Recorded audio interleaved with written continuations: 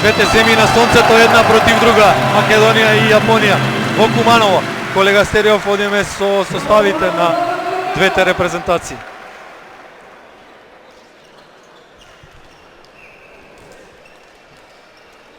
Имаше 5 разлика, овде јапонците имаа 3, Македонија направи серија 6-0, поведе 3 и претпоставуваме дека ќе гледаме ваков брз, убав за око ракомет. Броевме рачно, по 4 погодоци имаат најефикасните стрелци, Серафимов и Костевски кај нас по 4 погодока, Еномото со број 43, 4 погодока кај јапонците. Толку почитани гледачи, од ова прво полувреме по паузата се враќаме на стартот на второто, следете и натаму програмата на македонска телевизија. За кратко сме со ракометот од Куманово повторно во живо.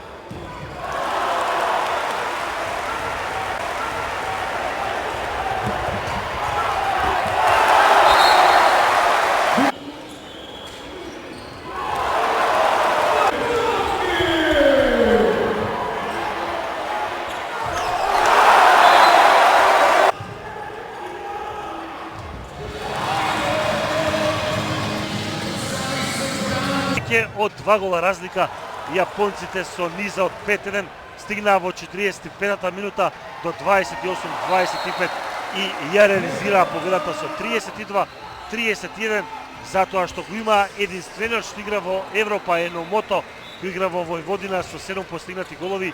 Мизумачи, кој пред 5 години играше во Либек во Германија, постигна 5, колку што реализираше и Танака. И Вашита, кој бранеше во второто полувреме, беше клучен кога Јапонија создаваше победоносната предност. На крајот мечот го заврши со 6 интервенции. Македонија не го искористи одличното на голот Томовски со 12 одбрани. Серафимов постигна 7 гола, 5 реализираше, Костевски 4 Кузмановски. Толку почитувани гледачи од овој надпревар, останете и понатаму на нашата програма. Имаме спортска понуда и денеска и утре. И се разбира од понеделник повторно Футболскиот шампионат. Бидете дел од она што го нуди националниот телевизиски сервис и она што го нудат нашите домашни првенства пред се, а потоа и сето останато што може да го видите на нашата програма. Пријатен ден.